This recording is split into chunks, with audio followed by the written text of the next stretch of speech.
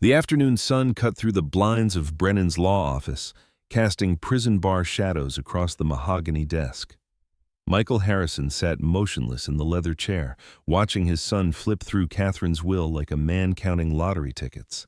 Tyler's perfectly styled hair caught the light as he leaned forward, his designer suit probably costing more than Michael's entire wardrobe. When Tyler reached the property distribution section, his face twisted into something Michael barely recognized. A beach cabin? Tyler's voice cracked with disbelief. He looked up at Mr. Brennan, then at Michael. Dad gets some rotting shack on the coast, and I get the villa in Tuscany? He let out a harsh laugh that made Michael's chest tighten.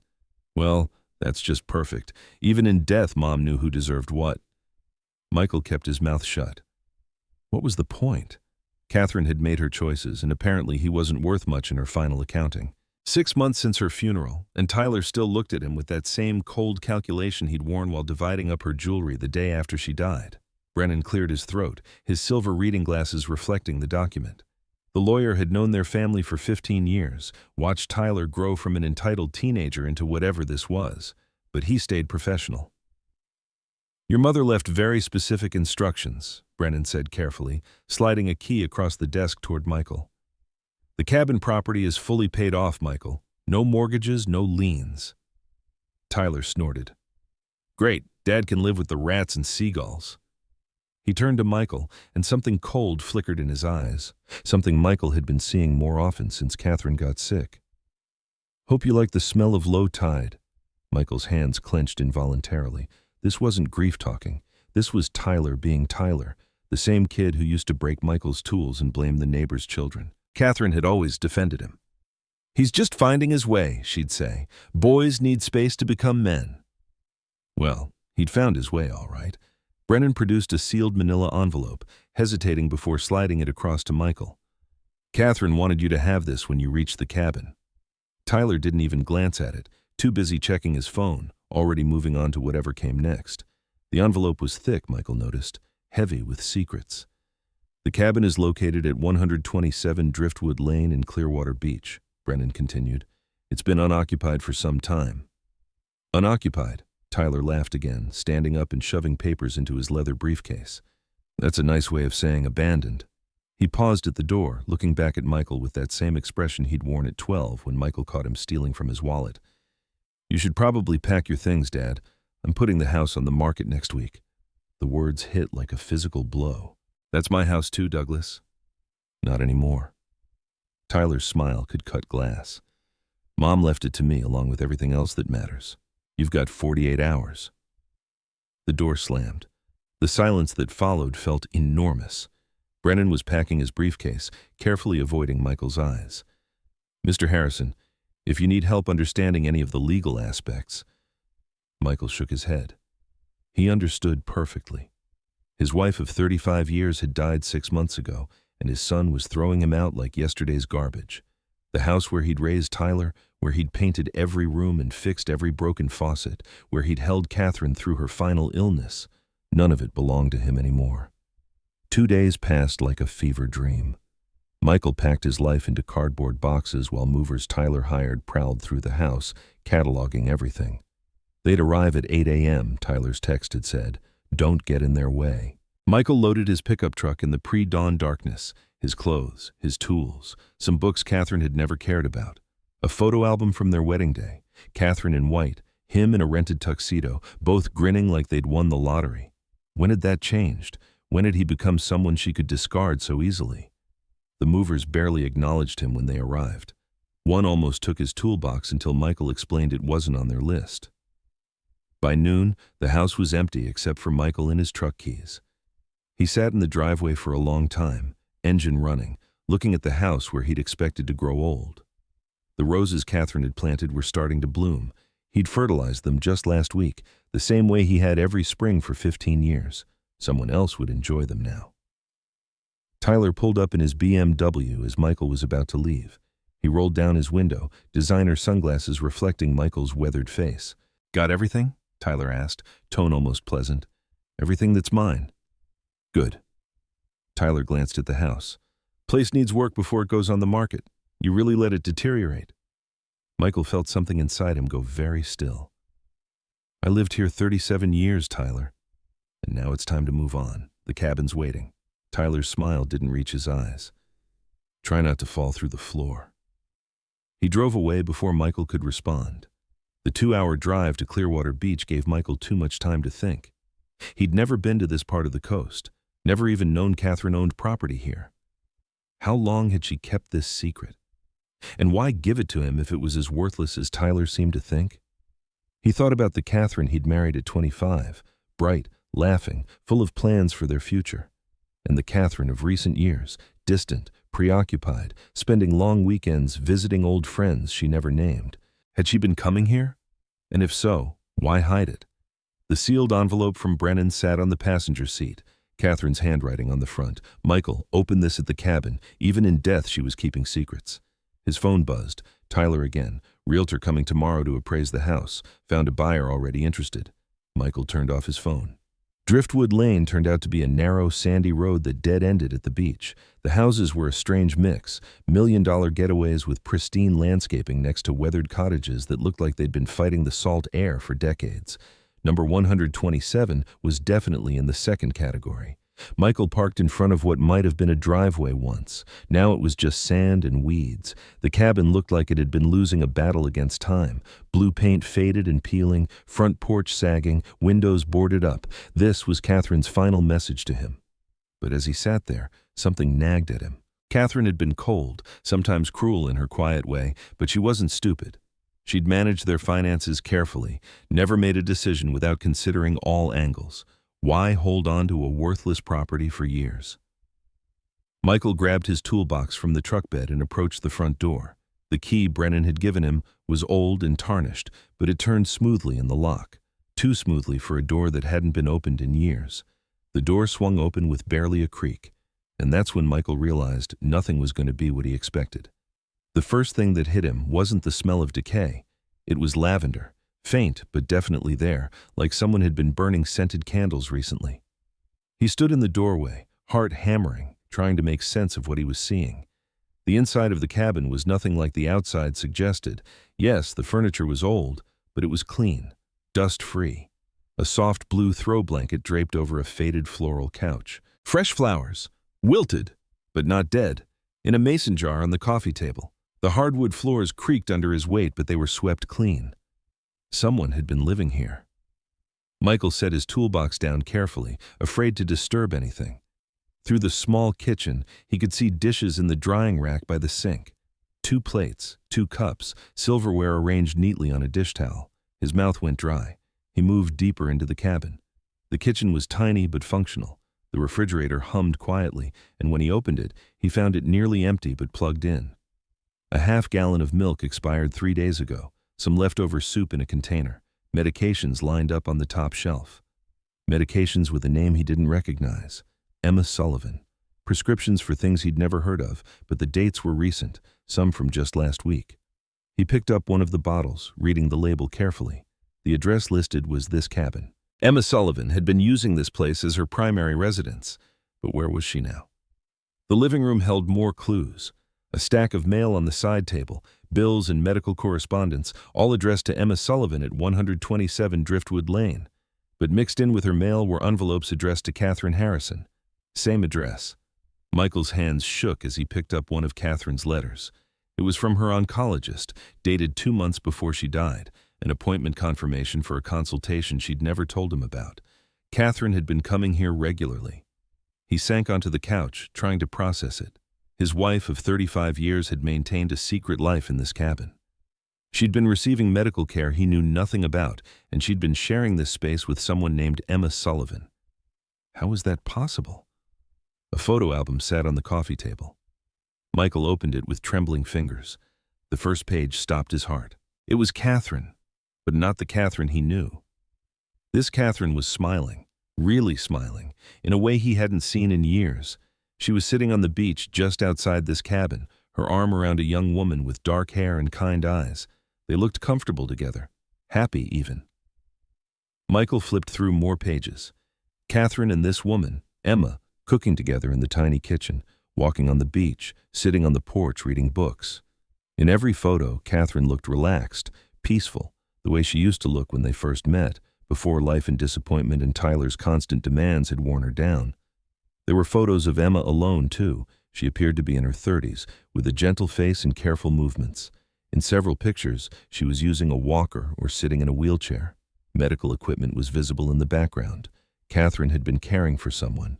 This Emma person was clearly dealing with health issues, and his wife had been helping her. But why keep it secret? Why hide something so compassionate? He heard footsteps on the porch outside. Michael froze, the album still open in his lap. The front door handle turned slowly. He watched as a key slid into the lock from the outside. Someone else had a key to this place.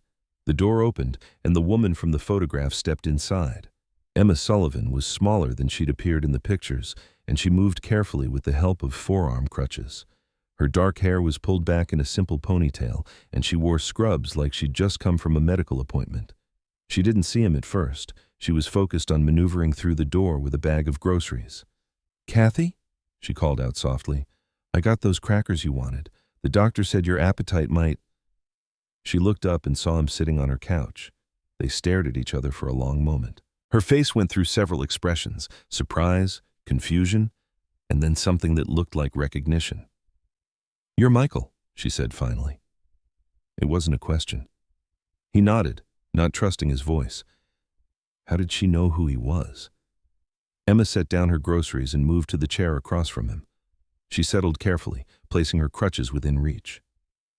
"She said you might come here eventually," Emma said. She? But he already knew the answer. "Kathy, your wife." Emma's voice was gentle, like she was talking to someone who'd just received terrible news. "She talked about you all the time." Michael found his voice. "I don't understand. Who are you? Why were you living with my wife?" Emma smiled sadly. "I wasn't living with her. She was visiting me. This is my home, Michael. Kathy bought it for me 3 years ago." The room spun slightly. Catherine had bought this property for a stranger? "That's impossible. We never had that kind of money. She used her inheritance from her mother, the money she told you she donated to charity." Emma's expression was kind but firm. "She wanted you to know the truth eventually, but she was scared." "Scared of what?" Emma reached for a manila envelope sitting on the side table. She held it for a moment, as if weighing whether to continue. "Scared of how you'd react when you learned I was her daughter." The words hit him like a physical blow. He gripped the arms of the couch, feeling like the world had tilted sideways. "That's impossible. Catherine never had children before Tyler." "Yes, she did." Emma opened the envelope and pulled out a birth certificate. "She had me when she was 17. She gave me up for adoption because her parents threatened to disown her if she kept me." Michael stared at the document she was holding out. The paper trembled in Emma's hand. Or maybe his vision was shaking. "Birth certificate. Name: Emma Sullivan. Born Emma Catherine Harrison. Mother: Catherine Marie Harrison, age 17. Father: unknown. Date: August 15th, 1989. She found me 2 years before she got sick," Emma continued, her voice soft. "Hired a private investigator. She'd been looking for me for decades." Michael's mind reeled. Catherine had a daughter. A daughter she'd given up and then found again. A daughter she'd hidden from him for 3 years while she was dying. Why didn't she tell me? The words came out barely as a whisper. Emma's expression grew even sadder. "Because of Tyler, she was afraid he'd make things difficult for me." She hesitated. "And because she was ashamed of giving me up, of lying to you about the money, of keeping secrets. She said you were a good man who deserved better than a wife who'd spent their marriage living with lies." Michael looked around the cabin again, seeing it differently now. This wasn't Catherine's secret hideaway. This was where she'd come to be a mother to the daughter she'd lost, to make up for 37 years of absence in whatever time she had left. And she died without ever telling him the truth. "She left something for you," Emma said quietly. She reached behind the couch and pulled out a wooden box Michael had made in high school shop class. He'd given it to Catherine when they started dating, and he hadn't seen it in years. He'd assumed she'd thrown it away long ago. "She kept it all these years," Emma said softly. She said it was the most precious thing she owned because you made it for her when you still believed in forever. Inside the box were letters, dozens of them, all addressed to him in Catherine's careful handwriting. The top one was dated 2 weeks before she died. Michael's hand shook as he unfolded it and began to read. My dearest Michael, if you're reading this, then you've met Emma, and you know the truth. I was too cowardly to tell you while I was alive. I have so much to explain, so much to apologize for. But first, you need to know about Tyler. Michael looked up at Emma, who was watching him with Catherine's eyes, eyes he should have recognized from the moment she walked in. What about Tyler? He whispered. Michael read Catherine's letter 3 times before the words truly sank in. His hands trembled as he held the paper that would change everything he thought he knew about his marriage, his family, his son. Emma sat quietly across from him, letting him process at his own pace. But he could see the tension in her shoulders, the way she gripped her crutches like they were anchors. She spent weeks working on these, Emma said softly, gesturing to the box of letters. She wanted to make sure she explained everything properly. Michael looked up from the letter, his eyes burning. Tell me everything she couldn't. Emma took a breath, gathering herself. Okay. She told him about Catherine at 17, pregnant, terrified, facing parents who gave her an ultimatum, give up the baby or lose everything, no support, no family, no future. She didn't have a choice, Emma said, her voice steady despite the pain in her eyes. Her parents were... Strict doesn't even cover it. When they found out she was pregnant, they gave her 2 options, adoption or disownment. Catherine never mentioned, Michael started, then stopped. Of course she hadn't. How do you tell your husband of 35 years that your entire life was built on a lie? Emma smiled sadly. She couldn't. The guilt ate at her every single day. She told me that giving me up was the right thing. She was too young, too scared, too broke. But she never stopped looking. The private investigator, Michael said, remembering the letter. 5 years ago she hired someone. It took 2 years to find me. Emma's eyes grew distant. My adoptive parents had died in a car accident. I was alone, dealing with my diagnosis, about to lose my apartment because I couldn't work enough hours to cover rent and medical bills. And Catherine found you right then. Like a miracle, Emma's smile was genuine now. She showed up at my door with groceries and this crazy story about being my birth mother. I didn't believe her at first, but she had photos. Baby pictures my adoptive parents had kept, the blanket she'd wrapped me in, everything. Michael looked at the woman across from him. This daughter Catherine had never mentioned. She had Catherine's eyes, he realized now, the same warm brown with flecks of gold. How had he not seen it immediately? Why didn't Catherine just tell me? The question came out broken. Emma's expression turned even sadder. Tyler. The name landed like a stone. She was terrified of how he'd react. She knew he was, Emma chose her words carefully. She knew he had problems, financial problems, addiction problems. She was afraid if he found out about me, about the inheritance money she was using to help me, he'd try to take it from you, Michael finished. Yes, and she was ashamed. Ashamed of lying about the charity donation, ashamed of keeping me secret. She said you deserved better than a wife who'd spent 35 years living a lie. Emma stood carefully, using her crutches to cross to where Michael sat. She gestured to the wooden box. She wanted you to know everything. That's why she wrote all of this. Michael pulled out the stack of letters. They were organized by date, the earliest from 6 months before Catherine died. His throat tightened as he recognized her handwriting, still neat and precise even as the cancer had been eating away at her. Read the next one, Emma said gently. He unfolded the second letter with shaking hands. Michael, I know this is overwhelming. You've just learned about Emma and your mind must be reeling. But there's more you need to know, and I'm running out of time to tell you. Tyler is in serious financial trouble. 3 months ago, he took out a massive loan against the villa in Italy using forged documents that made it appear I had co-signed. He owes $850,000 to a private lending company, and the payment was due last week. Michael stopped reading. $850,000. He read the number again, hoping he'd misunderstood.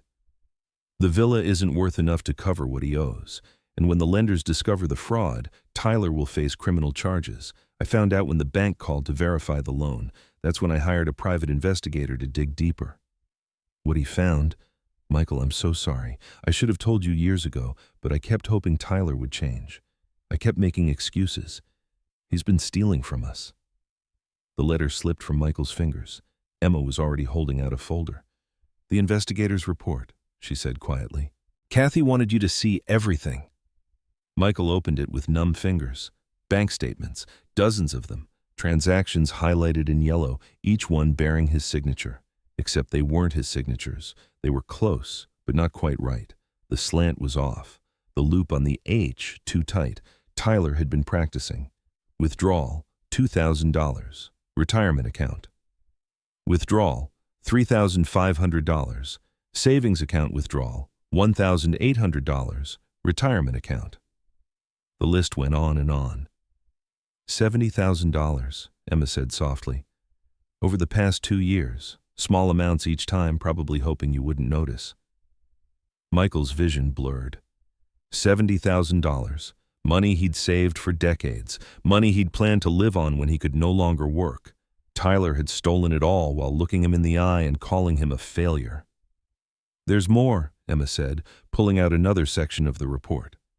Photographs this time. Tyler at a casino, chips stacked in front of him. Tyler at a roulette table. Tyler at a poker game in what looked like someone's basement, the kind of game that didn't report winnings to the IRS. Gambling debts, Emma explained, about $200,000 to various less than reputable people. On top of the $850,000 loan. Yes. Michael did the math. Tyler owed over $1 million to people who weren't known for their patience. The villa, he said slowly. Tyler was planning to sell it to cover his debts. Emma nodded. But the property value crashed, some kind of environmental issue with the water supply in that region of Tuscany. The villa that should have been worth over $1 million is barely worth $380,000 now. So he's short about $720,000, plus interest. These lenders charge 30% on overdue payments. Michael leaned back, his mind reeling. His son, the son he'd raised, taught to ride a bike, helped with homework, loved, was a thief and a fraud who was about to get himself killed by loan sharks. 3 days passed. Michael spent them reading Catherine's letters, learning about the secret life his wife had built. She'd been coming to the cabin twice a week for the past 3 years, sometimes staying for days at a time. She'd told him she was visiting old college friends. He'd never questioned it. He and Emma had fallen into an easy routine. She taught him about Catherine's life here, the quiet mornings on the beach, the medical appointments they'd go to together, the dinners they'd cooked side by side in the tiny kitchen. She was happier here, Emma said one morning, adjusting her position in the wooden chair Michael had reinforced. Not because she didn't love you, but because here she could just be. She didn't have to pretend to be strong. She didn't have to manage Tyler's chaos. Michael's phone had been buzzing intermittently. Tyler. He'd been ignoring the calls, but the frequency was increasing. 15 missed calls in the past 24 hours. You should probably answer that, Emma said gently. Kathy said you'd know when the time was right. Michael looked at the screen. Tyler's name flashed again. He swiped to answer. Dad, where the hell are you? Tyler's voice was frantic, all pretense of politeness gone. I've been calling for days. I've been busy. Busy, Dad, I'm in serious trouble here. The bank is saying there are problems with the villa loan, and some company called Apex Financial is claiming I owe them money I never borrowed. Michael met Emma's eyes. She nodded slightly. What kind of money? He asked, keeping his voice neutral. $850,000. Dad, they're saying I signed some contract, but I never signed anything. Someone must have forged my signature. The irony wasn't lost on Michael. Tyler, who'd spent months forging signatures to steal from his own father, was now claiming someone had forged his. That's a lot of money, Tyler. I know that. That's why I need your help. We need to hire a lawyer. Fight this thing. They're threatening to take the villa, and without that, you have nothing, Michael finished. Silence on the other end. Then, Dad, you have to help me. I'm your son. Michael was quiet for a long moment, watching a pelican dive for fish just offshore. When you threw me out of my own house, he said slowly, Did you feel like my son then? That was different. I was emotional, dealing with grief. You meant every word, just like you meant it when you said I didn't deserve anything from your mother's estate. Dad, please. Tyler's voice cracked. I made mistakes, but this is bigger than hurt feelings. These people, they're not just threatening to take the villa. They're talking about criminal charges if I don't pay. Criminal charges for what? Silence stretched between them. Michael could practically hear Tyler calculating how much truth to reveal. They're saying I committed fraud when I applied for the loan, that I forged, that someone forged Mom's signature on the cosigner agreement. But Dad, that's impossible, right? Mom would never have agreed to something like that without telling us. Michael closed his eyes. Catherine had been right about everything. After hanging up on Tyler, Michael returned to the folders Emma had prepared. Catherine's investigation had been thorough, disturbingly thorough. She wanted you to have all the facts, Emma explained, spreading documents across the coffee table. No surprises, no half-truths. Folder 1, The Fraud. Clear photographs from bank security cameras. Tyler at First National Bank in Miami, signing documents with confidence. The teller remembered him, according to her statement. He'd been charming, explained his mother was too ill to travel but had given him power of attorney. The forged power of attorney was in the folder too. Catherine's signature looked perfect to an untrained eye, but a forensic document examiner had marked 12 points of deviation. Folder 2, The Theft bank statements going back 3 years. Catherine had marked every suspicious transaction in her neat handwriting. Notes in the margins. Tyler bought new car this week next to a $5,000 withdrawal. Tyler mentioned business trip to Vegas next to $8,000 disappearing from savings. She'd been tracking it all, watching her son steal from them and saying nothing. Why didn't she stop him? Michael asked. Emma's expression was pained. She kept hoping he'd stop on his own, that he'd hit bottom and ask for help. By the time she realized how bad it was, she was already sick. She didn't have the energy to fight Tyler and cancer at the same time. Folder 3, The Loan Sharks. This folder made Michael's blood run cold.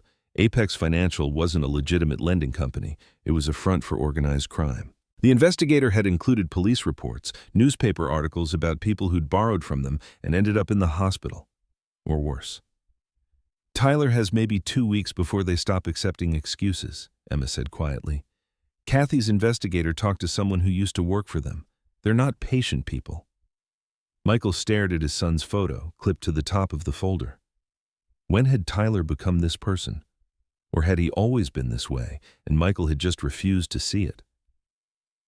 There's one more thing, Emma said. She looked nervous now, fidgeting with the edge of her sleeve. The most important thing. She pulled out a property appraisal document and set it in front of Michael. He read the first line and stopped breathing.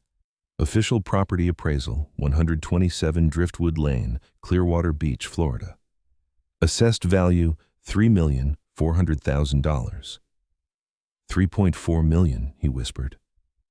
That can't be right. It's right. Emma's voice was steady despite the enormity of what she was saying.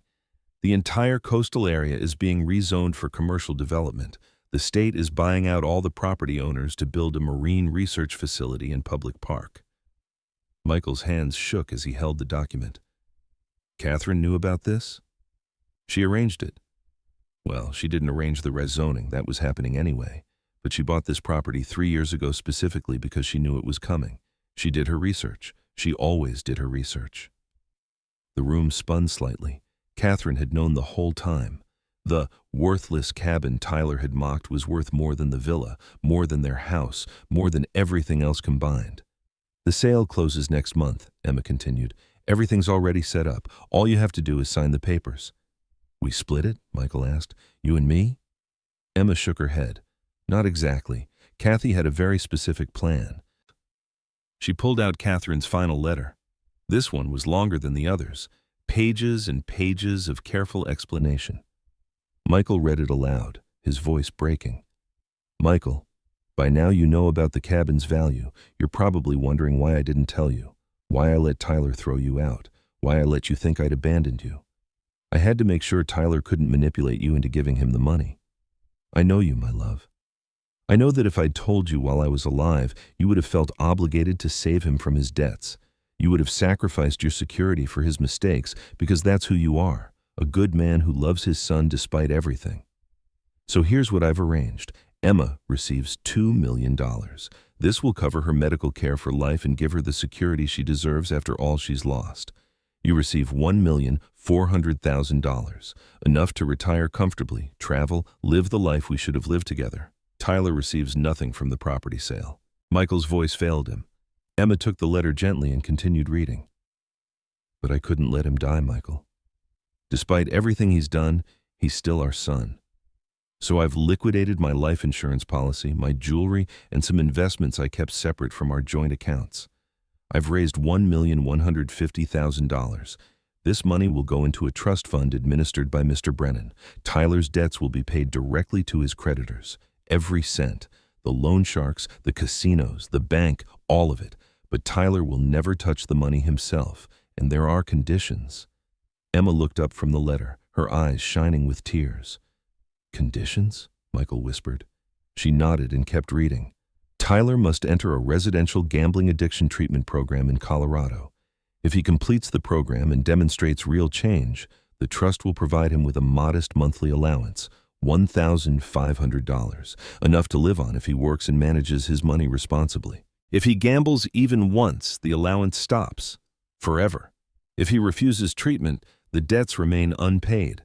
I've given him a choice, Michael. Life or death, change or destruction. I can't make that choice for him. Neither can you. I know you're angry. Angry at Tyler for what he's done. Angry at me for keeping secrets. You have every right to be. But I hope, I pray, that someday, if Tyler proves he's changed, you'll give him a chance to earn your forgiveness.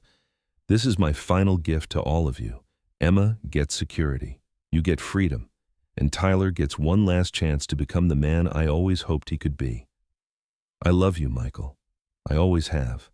I'm sorry I was too afraid to show you the truth while I was alive. Forgive me if you can. Forever yours, Catherine.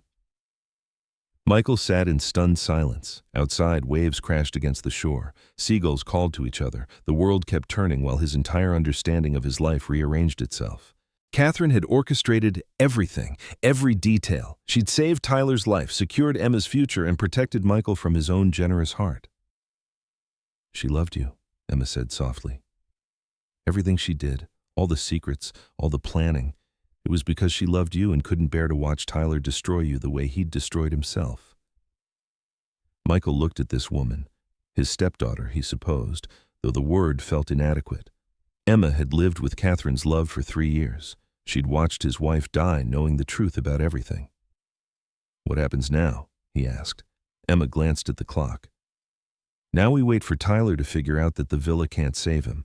Brennan said he has about a week before Apex Financial stops accepting excuses and starts taking action. As if summoned by their conversation, Michael's phone rang again, Tyler's name on the screen. Answer it, Emma said, but don't tell him anything yet. Kathy wanted you to see how he reacts when he thinks you have nothing to offer. Michael took a deep breath and answered, Dad, thank God. Tyler's voice was ragged now, all arrogance stripped away by desperation. I need to talk to you. There's been a mistake with the villa, some kind of paperwork issue. Can you come back to the house? I'm not welcome at the house, Tyler. Remember? You gave me 48 hours to leave. Dad, please. This is serious. I think someone might be trying to steal the inheritance. I need your help. The irony was almost funny. Almost. I'm afraid I can't help you, Michael said calmly. I'm dealing with my own problems right now. What problems? Dad, you have to understand this is bigger than both of us. The whole family inheritance is at risk. The family inheritance? Michael repeated slowly. You mean the inheritance you said I didn't deserve? The one that left me with nothing but a worthless shack? Silence on the other end. Dad, I know I said some things, but I was upset about Mom dying. You know I didn't mean it. Actually, Tyler, I think you meant every word. Michael hung up and turned off his phone. Emma was smiling, and for the first time since he'd walked into this cabin, Michael smiled too. How long do you think it'll take him to realize he's in real trouble? He asked. Kathy thought about 2 days. That's when the interest payments come due, and Apex Financial stops accepting excuses. Michael picked up Catherine's letters again.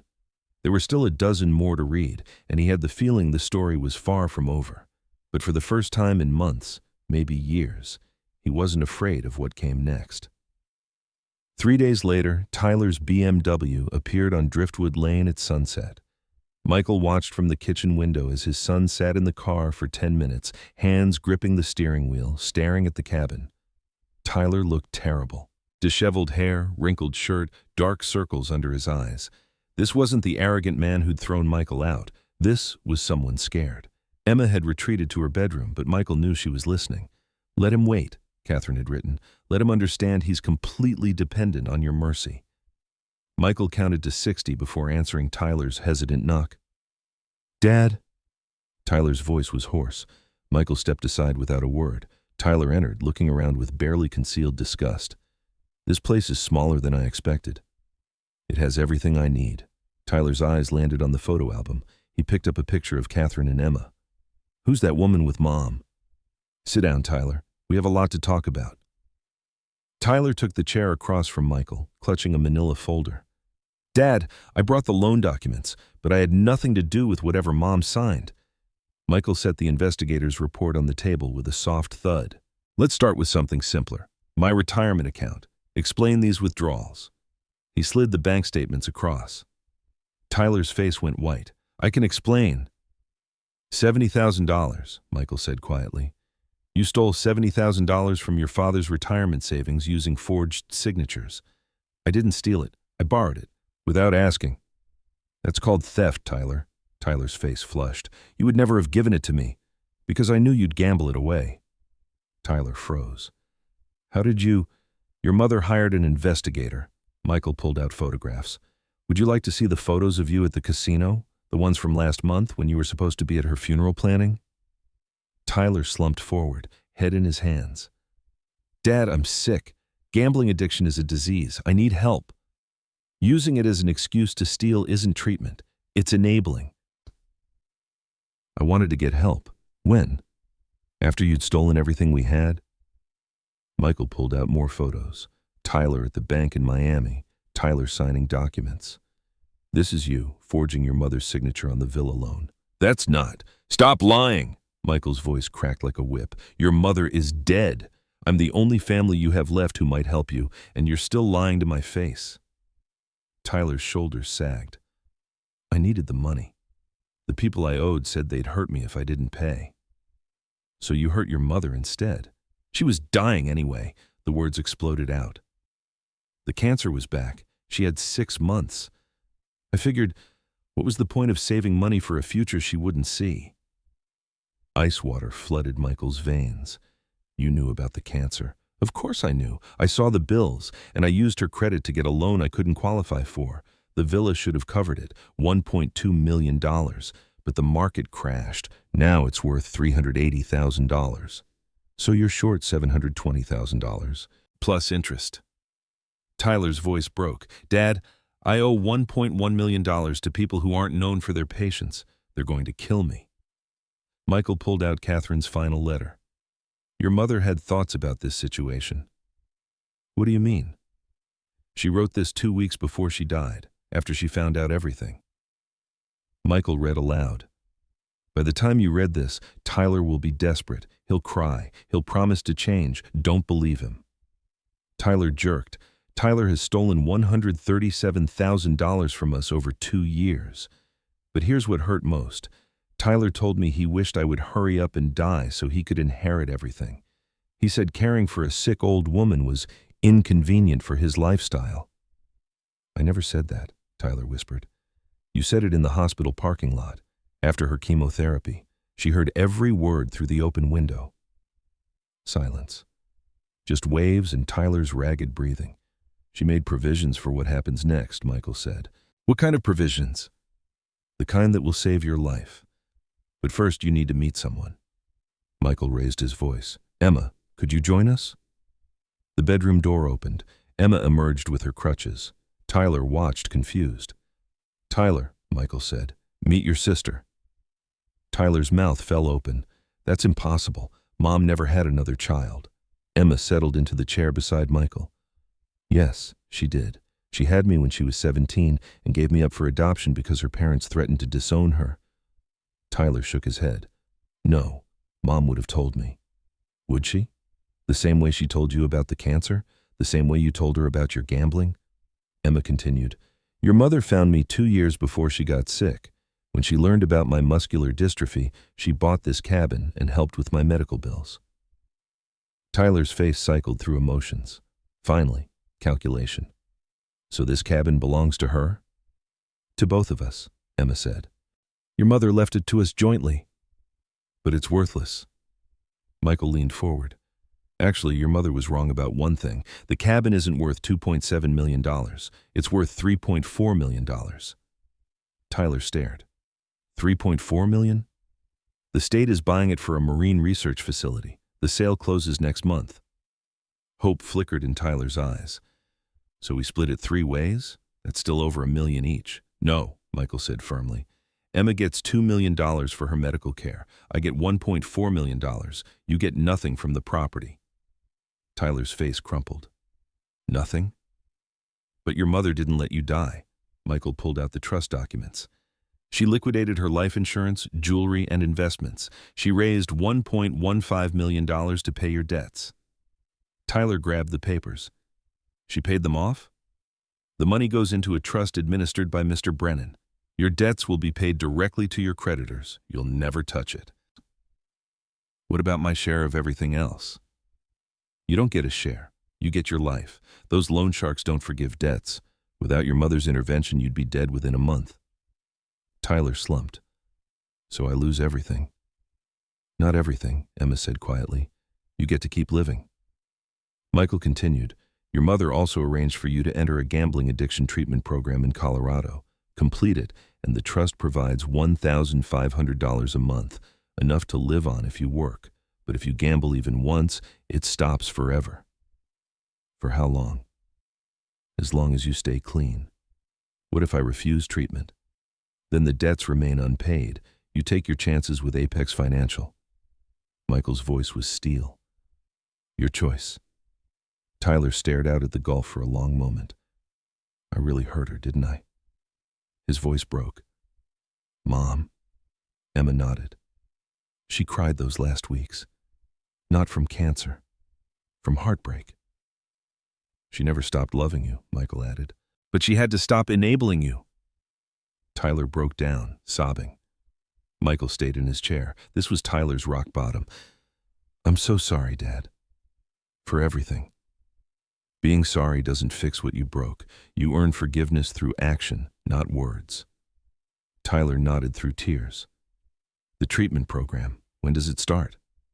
Next Monday. The house sells immediately. Proceeds go to creditors. You won't see any of that money. Tyler absorbed this with surprising acceptance. Will I be able to stay in touch? Michael looked at Emma, who nodded. If you complete the program and stay clean, yes, but this is your last chance. If you relapse, if you manipulate or steal again, you're on your own forever. I understand. Do you? Your mother sacrificed everything to save your life. She died worrying whether you'd accept help or throw it away. Emma spoke. She hoped that someday, when you're healthy, we could be a real family. Tyler looked at his half-sister. I have so many questions. Many. I have answers, but only if you get clean first. At the door, Tyler turned back. Dad, those things I said about Mom thinking you were a failure, they weren't true. I said them because I wanted to hurt you. I know, your mother's letters made that clear. Will you visit me at the treatment center? If you stay and complete the program, yes. And after? Michael glanced at Emma. One day at a time, Tyler. Prove you've changed and we'll see. 6 months later, Michael stood on Emma's new porch watching the sunset. The cabin was gone, demolished for the research facility, but the money had transformed their lives. Emma's new accessible home was 20 minutes inland. Michael lived 2 blocks away. They had dinner together twice a week. His phone rang. Dr. Martinez from the treatment center. Mr. Harrison, Tyler has completed phase 2. He's asking to call you. How is he? Very well. He's expressed genuine remorse. Would you be willing to listen? Michael thought of Catherine and her final gift, the chance to heal. Put him through. Tyler's voice was different, quieter, thoughtful. Hi, Dad. Hello, son. I wanted to thank you for this chance. I know I didn't deserve it. Thank your mother, not me. I know. I think about her every day, about the time I wasted, how I hurt her. Tyler paused. I'm different now. Not just because I'm not gambling, but because I understand what I lost, my family, your respect, Mom's trust, the chance to be a real son and brother. Those things can be rebuilt if you do the work. I want to be the man you and Mom raised me to be. They talked for 20 minutes, the most honest conversation in years. When Michael hung up, he felt something new. Hope. That evening, Emma made Catherine seafood pasta from her notes. Do you miss her? Emma asked. Every day. But I'm grateful. For what? For finding out who she really was. For understanding she loved me enough to plan all this. For meeting you. Emma smiled, so much like Catherine. She would have been proud. Michael nodded. Catherine had orchestrated one final act of love, saving Tyler's life, protecting Michael's future, ensuring Emma's security. She'd taken broken pieces and arranged them into something that could heal. It wasn't the family he'd expected, but it was the one he needed. For the first time in years, Michael Harrison was exactly where he belonged.